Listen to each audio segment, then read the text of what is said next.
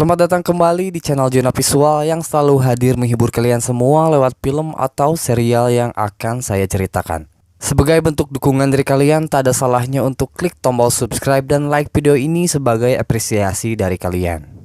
Sebelum itu, saya mengingatkan kembali untuk kalian yang belum mengikuti serial ini dari awal untuk menonton terlebih dahulu episode sebelumnya. Linknya saya sertakan di deskripsi. Karena jika tidak, kalian akan sedikit kesulitan dalam memahami isi cerita. Jika sudah mengerti, mari kita mulai.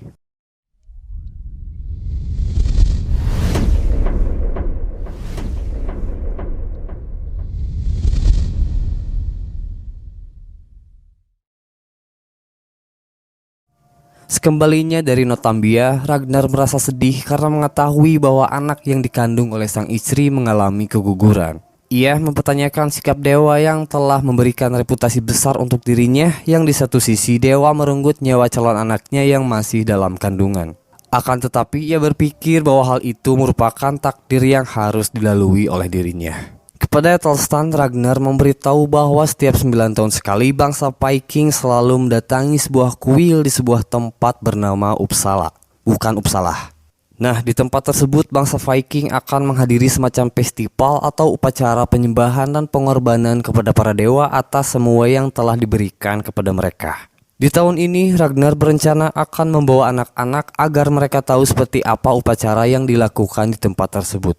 Kemudian Ragnar bertanya apakah Ethelstan bersedia untuk ikut dengannya. Ya, walaupun dalam hal ini Ethelstan adalah seorang Kristen, ia bersedia untuk ikut bersama Ragnar ke Uppsala. Sementara itu, di luar terlihat Lagertha sedang menerima persembahan dari para warga untuk dibawa ke Uppsala. Akan tetapi perhatian ia teralihkan ketika melihat sang suami yang sedang memikirkan sesuatu. Lalu ia menghampiri Ragnar untuk mencoba mencari tahu apa yang sedang dipikirkan olehnya. Ya, Ragnar masih bingung kenapa para dewa telah merenggut nyawa calon anaknya. Lagertha mencoba menutupi kesedihan Ragnar dengan mengatakan mungkin suatu saat nanti mereka akan memiliki anak lebih banyak lagi. Namun Ragnar berpikir bahwa Lagertha yang sebelumnya keguguran tidak akan memiliki seorang anak lagi. Singkat cerita, Ragnar, keluarga dan orang-orang terpilih memulai perjalanan mereka menuju ke Uppsala. Untuk sampai ke sana, mereka harus melewati perbukitan dan pegunungan yang memiliki keindahan serta keasrian. Beberapa hari kemudian, mereka sampai di Uppsala yang dikelilingi pepohonan serta pegunungan.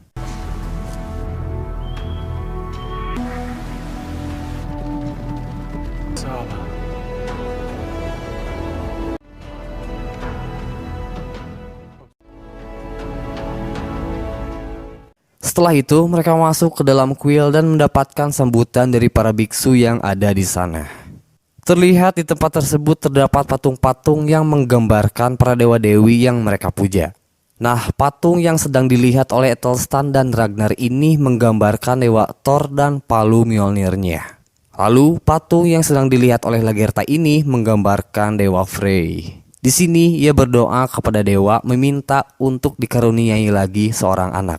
Kemudian patung yang sedang dilihat oleh Bjorn ini menggambarkan dewa dari segala dewa, yaitu Odin. Bjorn meminta agar tumbuh menjadi orang hebat dan menjadi orang yang bijaksana. Secara bergantian, sang ayah meminta kepada dewa Odin untuk diberikan lagi seorang anak. Setelah itu, Ethelstan pergi berjalan keluar untuk melihat-lihat di sekitar. Di tempat itu, Ethelstan melihat beberapa hewan yang dikurung di dalam sebuah kandang. Lalu ia bertanya kepada Ragnar apa maksud dari semua itu. Jadi hewan-hewan tersebut telah dipersiapkan oleh mereka untuk dipersembahkan kepada dewa. Hewan-hewan yang masing-masingnya berjumlah 9 itu kemudian akan disembelih di hari terakhir festival. Yang membuat saya ngilu adalah mereka akan mengorbankan 9 orang untuk disembelih sama halnya dengan hewan. Karena menurut bangsa Viking hal itu merupakan bentuk rasa syukur atas segala karunia yang telah diberikan oleh dewa. Di malam harinya Ragnar berbincang dengan sang istri di dalam sebuah ruangan. Lagertha berkata bahwa ia mendengar desas-desus akan datangnya Raja Skandinavia, yaitu King Herrik. Ragnar mengiyakan perkataan sang istri dan memberitahu bahwa ia ingin bertemu untuk berbicara dengan King Herrik. Di luar orang-orang berpesta dan di sini Lagertha membujuk sang suami untuk tidak pergi keluar. Sementara itu Ethelstan yang berada di luar melihat pasangan-pasangan tengah melakukan hubungan. Ya, tentunya hal itu bertimpangan dengan keyakinannya. Dari dalam hatinya, ia mulai merasa bimbang dengan keyakinannya saat ini. Yang di sisi lain, ia harus beradaptasi dengan kehidupan Viking. Di sana, ia bertemu dengan Tiri, putri dari almarhum Haraldsson. Ia melanggar sumpah dirinya sebagai pendeta setelah tak kuat lagi menahan godaan dari Tiri.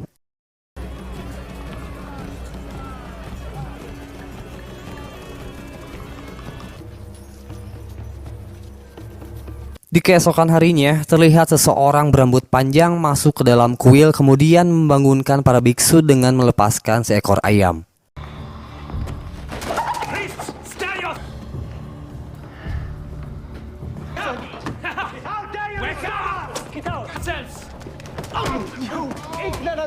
Para biksu yang tak terima memukuli orang itu sampai seseorang masuk memberitahu bahwa orang tersebut adalah King Herrick.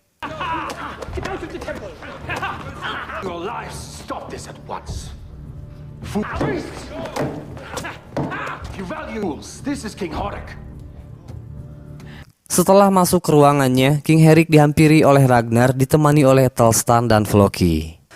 Di awal pertemuannya, King Herrick tak henti-hentinya memuji sosok Ragnar yang terkenal akan reputasinya.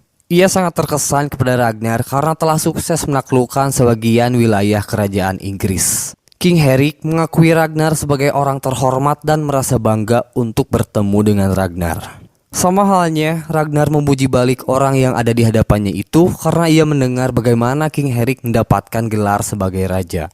Setelah duduk, Ragnar menyatakan kesetiaannya dan bersedia untuk memberikan pelayanan kepada sang raja. Dengan senang hati, King Herrick memenuhi keinginan Ragnar. Ragnar memiliki ambisi besar untuk melakukan penyerbuan ke tanah baru yang memiliki kekayaan lebih banyak, yaitu sebuah kerajaan yang bernama Francia. Ethelstan yang di masa lalunya pernah melakukan perjalanan ke tempat tersebut bersaksi bahwa di kerajaan Francia terdapat harta-harta yang dimaksud. Dengan reputasinya, Ragnar menawarkan kepada raja untuk mengikutkan pasukan King Herrick ke dalam pasukannya.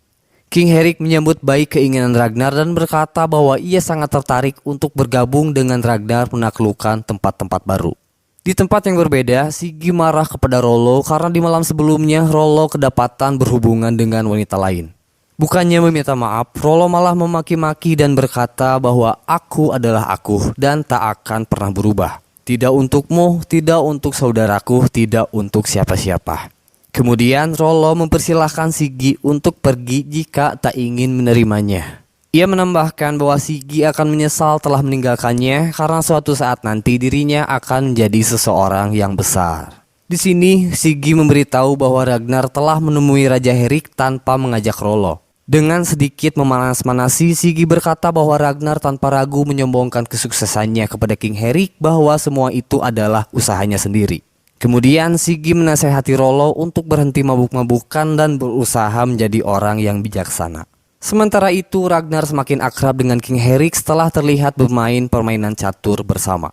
Di kesempatan itu King Herrick memberitahu bahwa ia memiliki masalah dengan seorang kepala suku yang bernama Jalbog terkait sengketa tanah yang mencakup wilayahnya. Jalbog ini mengklaim tanah tersebut dan beberapa kali mencoba untuk menyerang King Herrick. Namun di saat-saat terakhir ia menarik mundur pasukannya dan beberapa saat kemudian ia kembali mengancam akan menyerang King Herrick. Ya, dalam hal ini ia meminta bantuan Ragnar untuk mewakilkan dirinya berdiplomasi dengan orang yang berusaha merebut tanah kekuasaannya. Mendengar hal itu, Ragnar menggerakkan bidak caturnya yang mengindikasikan bahwa ia setuju untuk membantu King Herrick. Di tempat lain, Ethelstan yang sedang jalan-jalan bertemu dengan peramal, kemudian ia diajak untuk masuk ke dalam kuil. Setelah masuk ke dalam, Ethelstan dihampiri oleh biksu dan ia ditanyai maksud dari kedatangannya.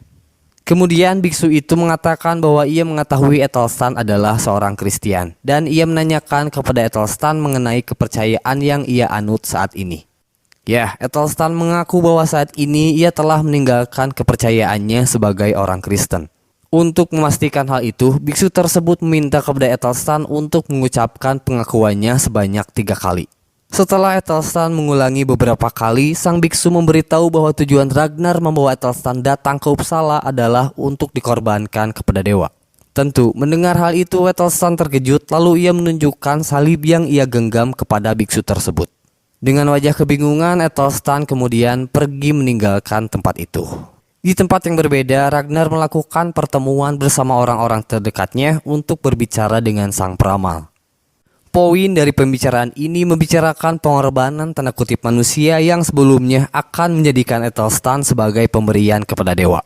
Namun karena Ethelstan tidak bersedia dan masih beragama Kristen, hal itu tak akan diterima oleh dewa. Maka dari itu si peramal meminta kepada siapa saja yang bersedia mengorbankan nyawa untuk dipersembahkan kepada dewa. Karena jika tidak, mereka percaya bahwa dewa akan marah dan tidak akan lagi memberikan perlindungan kepada mereka. Lalu seseorang dari mereka, yaitu Leif, berdiri dan berkata bahwa dirinya bersedia berkorban demi keluarga serta teman-temannya.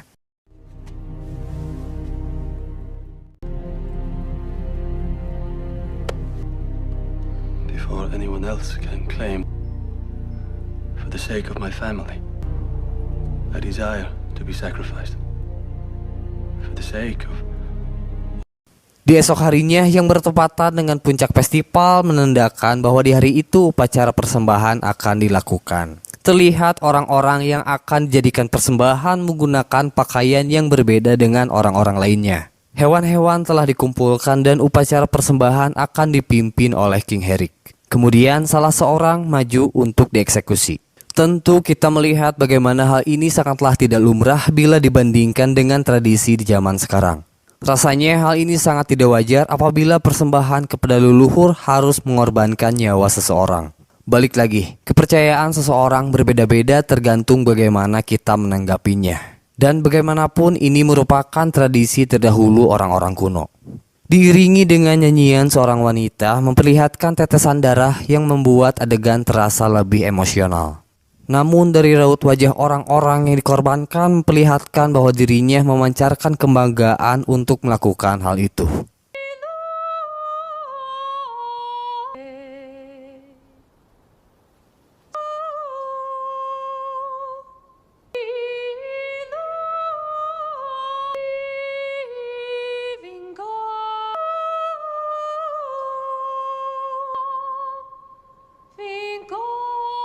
Dan terakhir, orang-orang yang telah dieksekusi kemudian diikatkan ke sebuah kayu.